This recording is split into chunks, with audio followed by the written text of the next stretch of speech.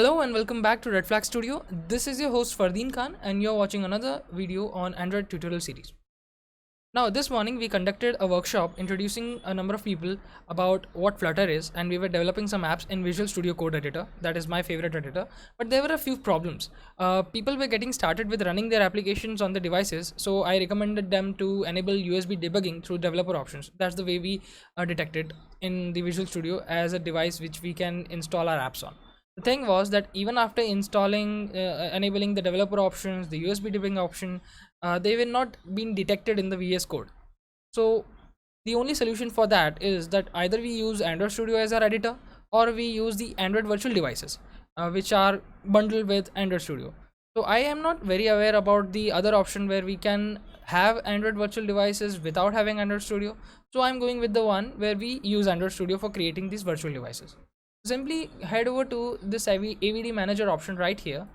Click on this. If you have already installed Android Studio with the virtual device option selected, then you will have at least one virtual device available here with the name of Nexus 5X. I have created another one, but that's the general scenario.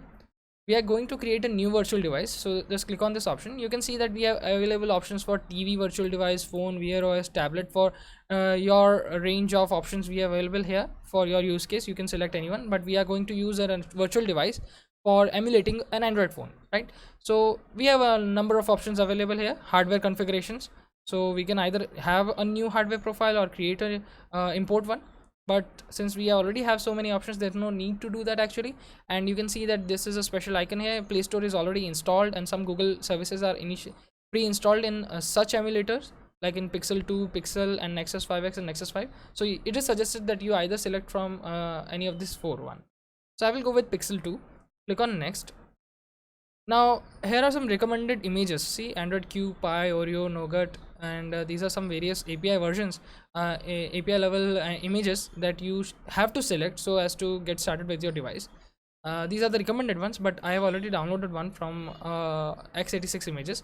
Please do not try to install these one. Okay, these are the ARM architecture based virtual device images. These are pretty slow as on 64-bit systems. You should always download images and set up your virtual devices using the x86 image.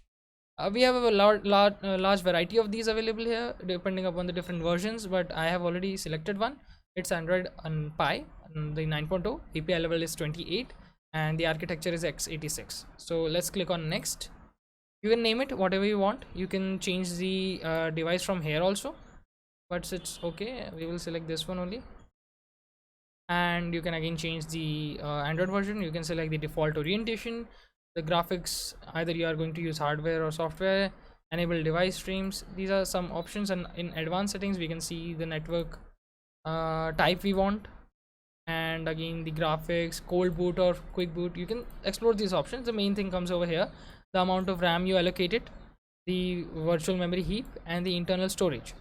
So these are some parameters. Now once you have done that, just click on finish, and another Pixel 2 API 28.2. This is the name of the virtual device that I created. To start it, you can just click on this start button. You can edit the parameters using this, and you can have some other operations such as duplicate it, bypass data, show on disk, etc. and etc. So let's open it.